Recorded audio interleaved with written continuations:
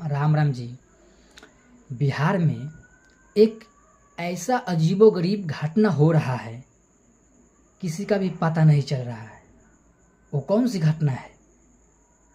किसी की दूरा पर से गाय की चोरी कर ले रहा है, किसी की दूरा पर से बाइक की चोरी कर ले रहा है, किसी दूरा पर से भैंस की चोरी कर ले रहा है, किसी की दूरा पर से क्या क्या चोरी कर ले रहा है। चोरी ऐसा कौन गैंग आ रहा है कि चोरी कर ले रहा है और किसी का पता भी नहीं चल रहा है।